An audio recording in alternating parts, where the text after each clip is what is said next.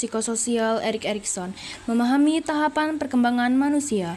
Pengertian post-Freudian. Post-Freudian adalah istilah yang digunakan untuk merujuk pada para psikolog dan psikoanalisis yang mengembangkan teori-teori baru berdasarkan pemikiran Freud. Tetapi dengan penyelesaian dan kritik terhadap beberapa konsep Freud, teori ini menekankan pentingnya tahap-tahap perkembangan sepanjang hidup dan faktor sosial, budaya, dan hubungan interpersonal. Tokoh-tokoh post-Freudian. Erik Erikson adalah salah satu tokoh post-Freudian yang paling terkenal. Ia mengembangkan teori perkembangan psikososial yang menekankan tahap-tahap perkembangan sepanjang hidup. Teori ini berfokus pada bagaimana individu berkembang dan berubah sepanjang hidup, dari masa bayi hingga usia tua. Perbedaan utama post-Freudian dengan Freud. Post-Freudian berbeda dengan Freud dalam beberapa hal. Post-Freudian lebih menekankan faktor sosial, budaya, dan hubungan interpersonal, sedangkan Freud lebih menekankan konflik internal dan dorongan seksual. Selain itu, post-Freudian mengembangkan konsep perkembangan kepribadian yang berlangsung sepanjang hidup, sedangkan Freud berfokus pada masa kanak-kanak. Perkembangan psikososial Erikson. Masa bayi 0-1 tahun. Pada tahap ini, individu mengembangkan rasa percaya dasar atau tidak percaya dasar terhadap lingkungan sekitar.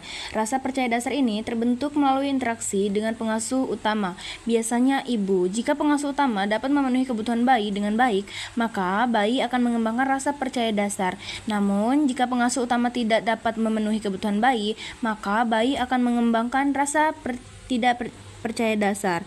Yang pertama, gaya psikoseksual. Sensori oral, bayi mengembangkan rasa percaya dasar melalui indera dan mulut.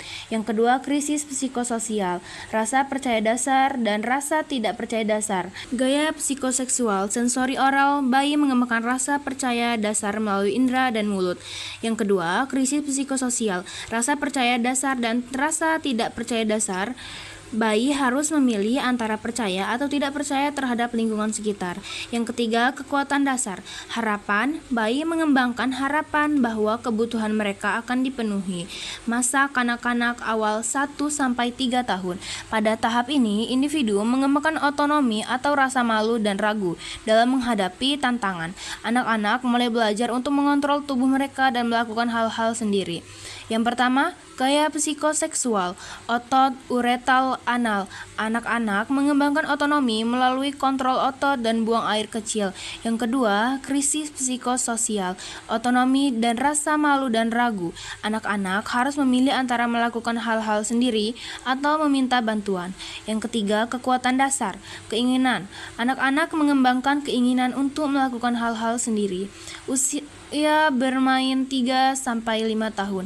Pada tahap ini, individu mengembangkan inisiatif atau rasa bersalah dalam menghadapi situasi.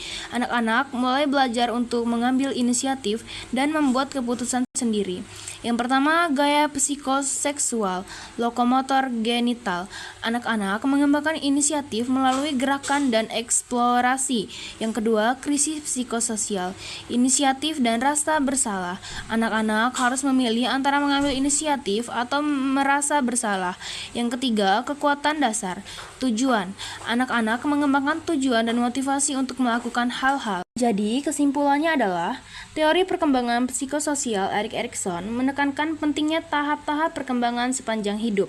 Post-Freudian mengembangkan konsep perkembangan kepribadian yang berlangsung sepanjang hidup dengan penekanan pada faktor sosial, budaya, dan hubungan interpersonal. Dengan memahami teori ini, kita dapat lebih memahami bagaimana individu berkembang dan berubah sepanjang hidup.